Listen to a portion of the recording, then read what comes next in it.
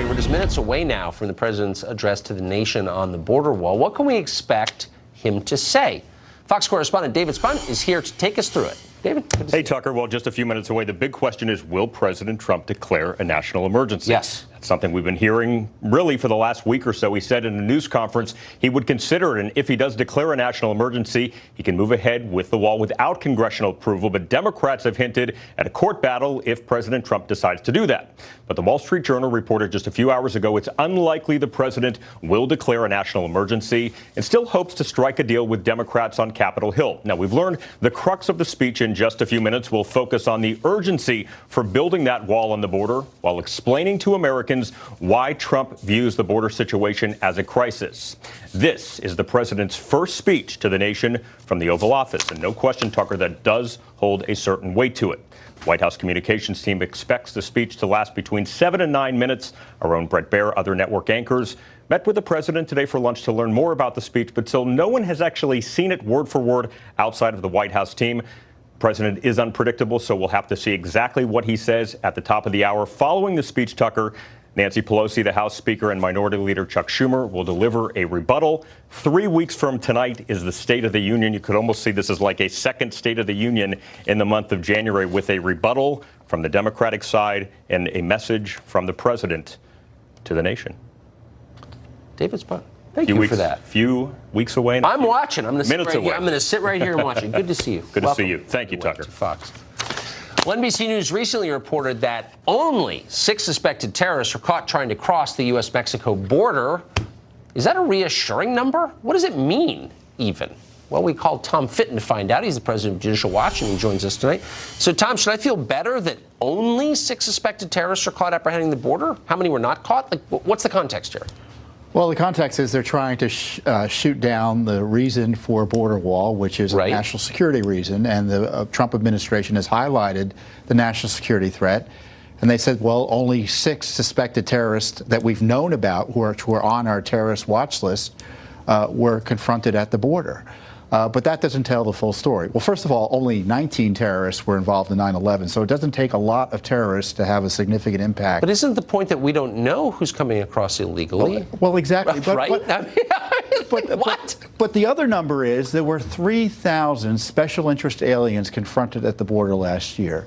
And these aren't special interest aliens that we're interested in because of their hobbies. It's because we think they have a national security impact on us, and there may be a terrorist link. So these numbers are pretty astonishing when you look at the massive numbers of terrorists or people that we suspect to be terrorists trying to infiltrate our southern border. And he may not declare a national emergency, but it is a national emergency when we have 1,000+ miles of unsecured border in our southern area without any ability to figure out who's coming across. We know the terrorists are targeting the southern border. Just earlier, actually just last month, we deported a guy who was based out of Brazil who was smuggling terrorists into the United States. This is a serious issue, and it's shameful that the political class here in town, because they don't like Trump, don't want to address this issue that places our national security at risk. There used to be a pretty clear distinction between news anchors and Democratic Party flacks.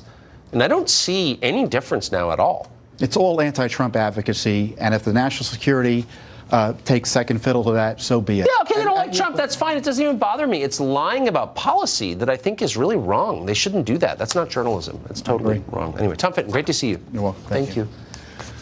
Well, what is about to happen tonight? What's the point politically? What's the game plan for Democrats? Will there be a national emergency declared or not? And should there be? Dana Perino hosts the Daily Briefing with Dana Perino. Obviously, you know who she is. You love her. Most popular person on the channel joins us today. Likeable. Likable. I don't know. I love that. I was going to say it. It's true in your case. So, not always. What is the political dynamic here that the rest of us are not catching?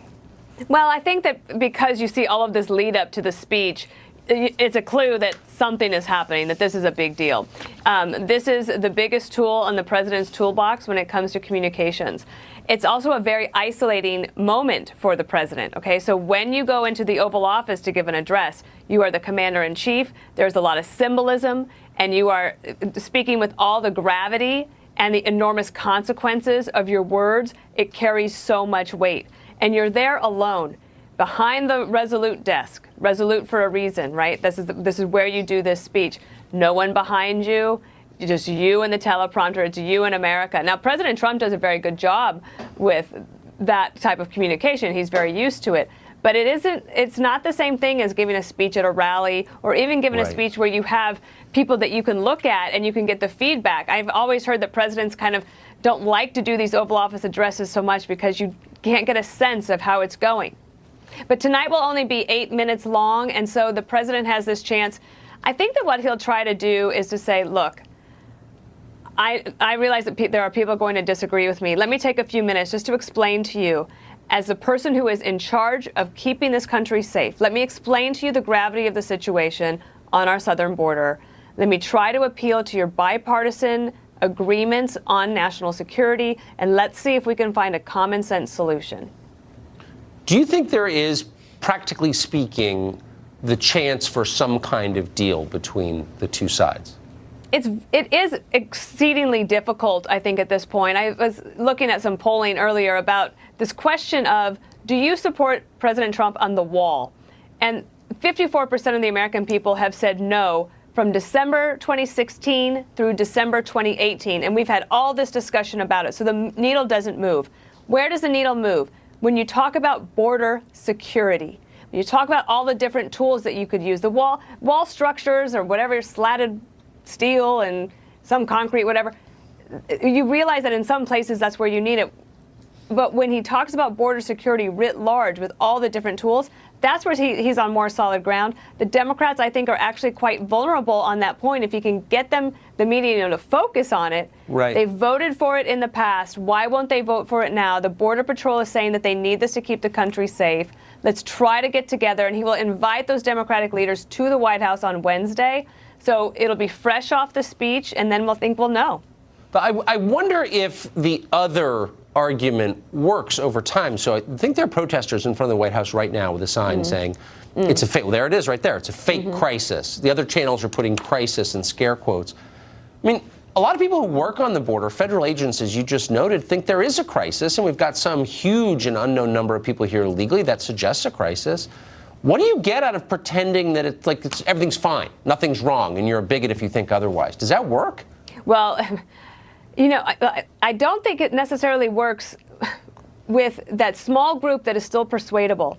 The Republicans are in President Trump's camp. The Democrats are in Nancy Pelosi's camp. There's a very small number of Americans who are still persuadable on this issue, and that's why his task is so difficult tonight. But it's one that this kind of a moment, a first Oval Office address for a president, you can really rise to the occasion in a situation like this and try to move forward. You'll see tomorrow a little bit if the Democrats feel like maybe they should come to the table with something for the president when he talks about common sense solutions and a bipartisan agreement on national security. Those are things everyone should be able to agree on. Huh. It's interesting. Do you think that, very quickly, do you think the president can move off of his pretty bottom line promise, no wall, no deal? I've always felt that the president actually doesn't get enough credit from his base for all the things he's done so far. For example, you now have people that are seeking asylum having to wait that out in Mexico. That was a deal that the Department of Homeland Security, Secretary Nielsen, was able to get done, didn't get enough attention. There's a lot of the things that the president has done to move forward. I think he should get more credit from that from his base. But if they've decided that it must be a physical structure, a wall, then he has a pretty tough job to do. Yeah, he's been pretty clear about it, too. Dana Perino, thank you very much. Thank you for having me. Great to see you.